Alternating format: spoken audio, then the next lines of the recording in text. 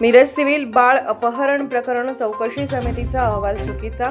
उपजिल्हाधिकारी दर्जाच्या अधिकारी नेतृत्वाखाली नवीन समिती नेमा डॉक्टर महेश कुमार कांबळे। मिरज सिव्हिलमधील शासकीय 3 दिवसाच्या बाळाचे अपहरण प्रकरणी अधिष्ठाता डॉक्टर प्रकाश गुरव रजेवर असताना तत्कालीन प्रभारी अधिष्ठाता डॉक्टर अहंकारे यांनी गठीत केलेली चौकशी समिती आणि या समितीने तयार केलेला चुकीचा अहवाल अंमलात न आणता पुन्हा नव्याने उपजिल्हाधिकारी दर्जाचे अधिकारी व सामाजिक कार्यकर्ते यांची संयुक्त चौकशी समिती गठीत करून या प्रकरणाची सखोल चौकशी करण्याचा मागणी संघर्ष सफाई संघटित आणि असंघटित कर्मचारी संघटनेचे अध्यक्ष डॉक्टर महेश कुमार कांबळे यांनी जिल्हाधिकारी कार्यालयात दिलेल्या निवेदनाद्वारे मागणी केली आहे। दरम्यान या प्रकरणात 3 दिवसाच्या बाळाचे अपहरण झाले। त्या दिवशी या वॉर्डात 60 ते 65 रुग्ण होते व या प्रत्येक रुग्णासोबत 2 ते 3 नातेवाईक या वॉर्डात राहत होते।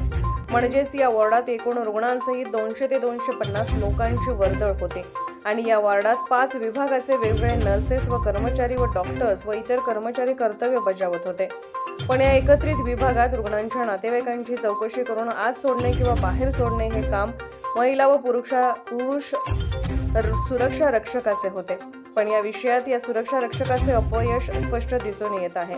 दरम्यान प्रभारी अधिष्ठाता डॉक्टर अहंकारे यांनी वरिष्ठ अधिकारी आणि कार्यालयाला समिती गठीत करण्याचे कळवले अथवा याची कागदोपत्री समिती गठीत केली होती का, तसा अहवाल दिला होता का, संबंधित सर्वांचे जबाब नोंदवले होते का, सदरच्या अहवालावरून एक परिसेविका आणि 5 नर्सेस यांना दोषी धरण्यात आले।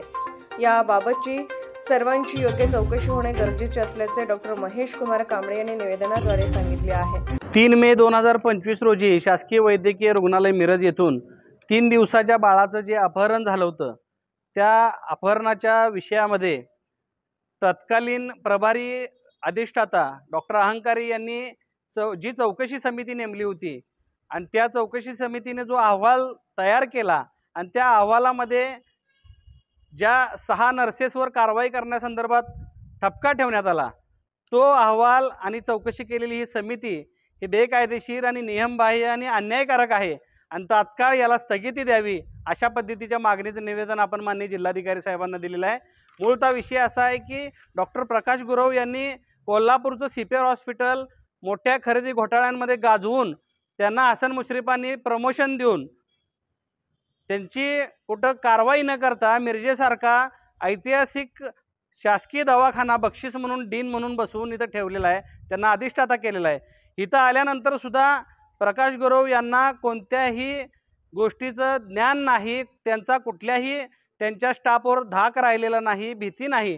त्याचाच परिपाक म्हणजे कोणाच्याही लेखी आदेशाशिवाय प्रसूतीपूर्व कक्ष, प्रसूती कक्ष, प्रसूती पश्चात कक्ष, स्त्रीरोग कक्ष आणि कुटुंब नियोजन कक्ष हे 5 कक्ष एकत्रित ठिकाणी ठेवून त्याची जी रुग्णसंख्या होती ती 60-65 होते आणि त्या रुग्णसंख्येच्या प्रत्येक नातेवाईकाचे 2 ते 3 रुग्णाचे 2 ते 3 नातेवाईक अशी एकूण 200-250 लोकसंख्या असणारा हा संयुक्त एकत्रित वॉर्ड तयार होतो। मग या वॉर्डमध्ये ज्या नर्सेस आहेत त्यांनी पेशंटकडे बघायचं का आलेली लोक बघायची का त्यांच्याशी वाद घालायचा, त्यामुळं जी चौकशी समिती अहंकारे यांनी गठीत केली होती आणि तो जो अहवाल बनवला आहे तो अहवाल पूर्ण चुकीचा आणि अन्यायकारक आहे, तात्काळ तो रद्द करावा अशी मागणी आपण केलेली आहे।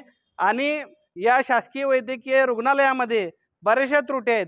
प्रकाश गुरव यांनी सांगली आणि मिरजेचा कार्यभार घेतल्यापासून त्यांनी अजून काय काय खरेदी केली, कशात काय केलं ह्याचे सुद्धा चौकशीची आपण आज माननीय मुख्यमंत्र्यांकडे मागणी केली।